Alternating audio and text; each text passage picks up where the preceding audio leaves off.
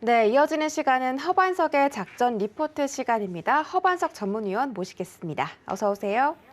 네, 안녕하세요. 네, 반갑습니다. 자, 주말 지내고 다시 월요일장이 돌아왔습니다. 이번 주부터 새로운 리포트를 또 분석해 봐야겠죠? 오늘의 업종 바로 확인해 보시죠. 네, 오늘의 업종은 바로 음식료 업종입니다. 경기 방어주 그리고 가격 전가력이라고 적혀 있습니다. 참 쉽지 않은 1월 장인데 이 작전 리포트에서 계속해서 안정적으로 볼 수 있는 종목들 그리고 종목군들 짚어드리고 있습니다. 지난 BGF 리테일 상승세 보시면 아시겠지만 이 허반석의 작전 리포트를 꾸준히 시청하셔야 할 이유가 되기도 하는데요. 이번 주 음식료 업종도 얼마나 전망이 좀 긍정적인지 기대가 됩니다. 자, 바로 짚어주시죠. 네, 이번 주는 음식료 섹터를 주제로 선정을 했습니다. 경기 방어주이면서도 그리고 원자재 가격 상승에 따라서 지난해 3분기부터 가격 상승에 대한 것들을 결정을 하고 거기에 대한 효과가 4분기부터 하나하나 좀 발현되는 시기가 음식료 섹터에서 시작되었다라는 점들을 감안해 볼 때 좀 증시가 어렵고 이럴 때 경기 방어주 그리고 음식료 섹터는 가격 전가력이 있는 섹터이기 때문에 우리가 금리 상승기에 조금 눈여겨볼 만한 섹터로 구분될 수 있겠다라는 말씀을 드리면서 1월 19일 키움증권에서 발간된 리포트를 중심으로 음식료 섹터 좀 말씀을 드리려고 합니다. 쉽지 않은 시장이 1월 지속되고 있습니다. 배당락 차익부터 시작을 해서 대형 공모주 청약까지 그리고 이런저런 사건들이 굉장히 최근 많이 일어나고 있습니다.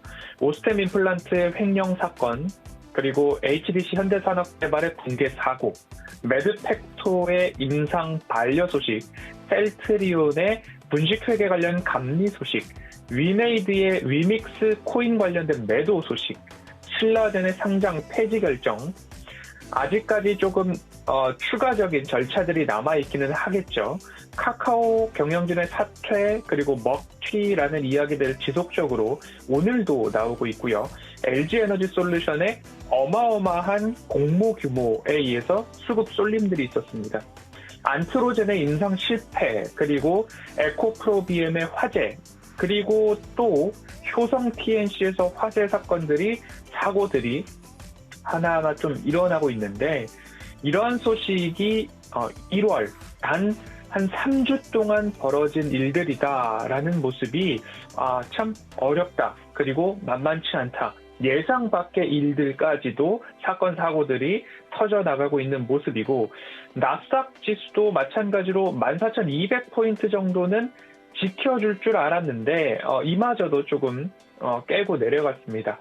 어제 저녁 공개 방송을 좀 진행을 했는데요. 그때도 말씀을 드렸지만 볼린저 밴드 200일선 기준으로 나스닥 지수는 13,300선까지도 조금 확인할 필요가 있겠다라는 말씀을 전망을 조금 조심스럽게 드렸고 아직까지 조금 걱정을 해야 될 부분들이 조금 남아있다라는 부분입니다. 22일 외국인 수급을 한번 좀 살펴보았습일 22일 지난 금요일 외국인 수급을 보니까 어떤 일이 있었느냐를 좀 볼 수 있을 것 같습니다. 22일 금요일 외국인 수급을 보면 이렇게 매수 우위로 좀 구분을 해놓고 보면 코스피, 코스닥 모두 다 외인이 2,200억, 외인이 3,200억 이상 매도를 했습니다. 기관도 코스피 6,400억, 570억 원, 코스피, 코스닥 모두 다 매도를 했습니다. 이 와중에 외국인들이 그래도 매도를 하지 않고 좀 관망을 하거나 매수한 섹터가 있을까를 살펴보면 가장 상단에 보험업종 나옵니다. 금리 상승의 수혜가 되겠죠. 그리고 나서 보이는 곳이 화학, 철강, 금속 나오는데 경기 민감 섹터로 좀 구분해 볼 수 있을 것 같습니다. 그리고 나머지 빨간색 구간 매수로 잡힌 부분들을 보면 통신, 금융, 유통, 음식료, 전기, 가스 결국 경기 방어주 섹터로 좀 구분을 해볼 수 있을 것입니다. 미국 시장에서도 마찬가지로 코카콜라, 허쉬 초콜릿, 펩시코, 그리고 오레오 과자로 유명한 몬델리즈, 그리고 제너럴 밀즈, 플라워스 푸드 등 음식료 섹터가 52주 신고가를 좀 가고 있는 흐름들이 나오고 있습니다. 그렇기 때문에 익히 시장에서 들어왔고 그리고 명확히 수급적으로도 구분이 좀 되고 있고 그러면 방금 전 말씀드렸던 금리 상승의 수혜 그리고 경기 민감주, 경기 방어주 이 섹터는 22년도에 우리가 또 주목해 볼 만한 곳으로 하나 이렇게 분류를 해놓고 그곳에 대한 추적과 관찰, 관심을 지속해야 할 필요가 있겠다라는 말씀을 드리면서 이번 주는 이 음식료 섹터에 대해서 좀 구체적으로 살펴보도록 하겠습니다. 네, 음식료 업종이 경기 민감주인데다가 또 금리 인상 수혜주라고 하니까 정말 매력적이지 않을 수가 없겠는데 이렇게 악재가 가득한 시장 속에서도 계속 선방해주는 모습이 나타나고 있습니다. 어떤 종목들 구체적으로 좀 살펴보면 좋을까요? 네, 음식료 업종의 투자 키워드는 3분기는 부진했으나 4분기부터는 실적 개선에 대한 모멘텀을 좀 주목해 보자라는 말씀을 드렸고요. 지연되고 있지만 단계적 일상 회복, 위드 코로나에 대한 업황 개선이 자꾸만 지연되고 있기 때문에 좀 어려운 감이 없지 않아 있습니다. 하지만 그 어려움 속에서도 어려움을 타개할 만한 모멘텀을 찾자면 한류 열풍, K-푸드 이런 쪽으로도 관심을 가져보시고 우리나라뿐만 아니라 해외 시장에서 인기를 끌 만한 기업들에 대해서도 눈여겨볼 필요가 있겠다라는 말씀을 드립니다. 라면 같은 경우가 여기에 또 해당을 할 수 있을 것 같고요. 거기에 더해서 시작 부분에 말씀을 드렸듯이 가격 전가력이 결정이 되었고 가격 전가력이 이제 실적에 반영돼서 발휘될 그리고 우리가 수치로서 확인될 일들이 하나하나 남아있다. 4분기 실적부터 어떤 기업들이 가격 전가력에 의해서 무언가 좋은 모습들, 퍼포먼스들을 내는지 미리미리 좀 살펴보고 뜯어보고 준비해야 할 시간이 되었다라는 부분입니다. 가격 전가력, 4분기 실적 개선 가능성이 높아졌다라는 이야기인데요. 곡물 가격이 상승을 한다. 그리고 상승을 했기 때문에 우리는 가격을 좀 높여야 될 것 같습니다. 해서 판매 가격을 높였습니다. 그 이후에 곡물 가격 상승세가 둔화되고 시작했다. 피크를 찍었다. 정점에 달했다. 라는 이야기가 나오면 곡물 가격이 또 내려갈 것을 감안해서 우리가 판매 가격을 내리겠습니다. 이런 이야기는 절대 시장에 나오지 않겠죠.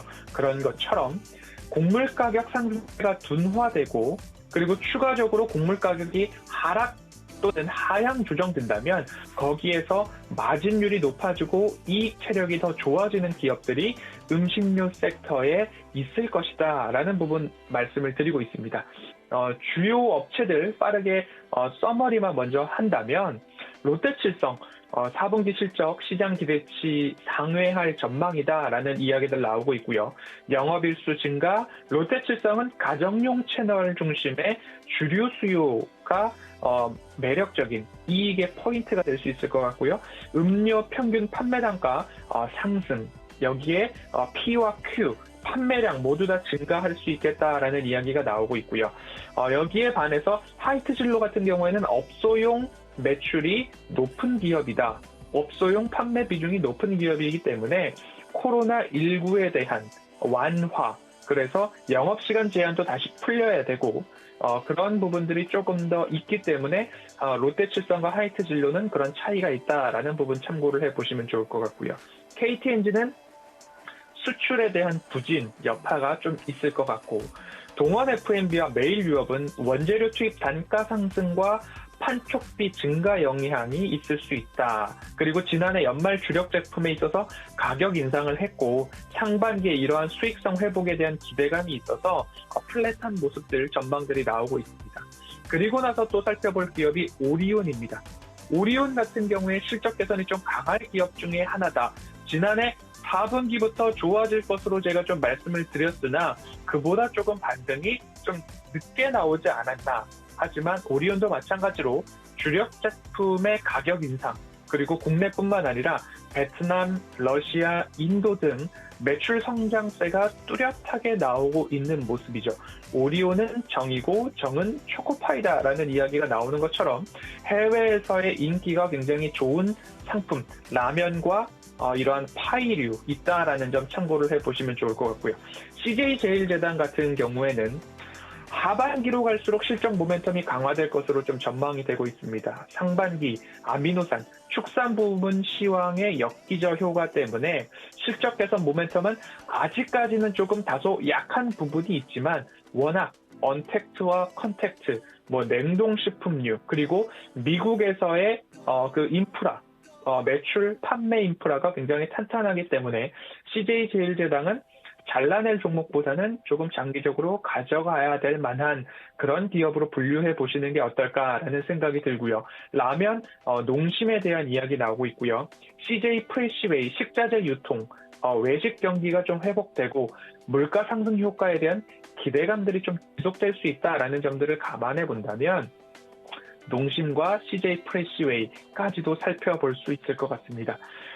수급에 대한 기준으로 외국인들의 수급이 국내 지난 금요일 시장 굉장한 매도세를 지속하고 있음에도 불구하고 순매수를 기록한 섹터 중에 하나가 음식료 섹터였다. 그리고 소비자 물가지수 상승과 함께 가격 상승도 이루어졌기 때문에 소비자들의 저항이 그렇게 높지는 않은 상황이다. 그리고 미국 시장에서도 음식료 섹터의 52주 신고가가 나오고 있는 모습들을 보았을 때 이 음식료 섹터 안에서 옥석 가리기를 잘 한다면 22년도 지수 하단에서 눈여겨볼 만한 기업들이 분명히 있을 것이다 라는 이야기 드리면서 이번 주는 음식료 섹터 안에서 더 관심 가져볼 만한 기업들 준비해서 내일 또 찾아오도록 하겠습니다.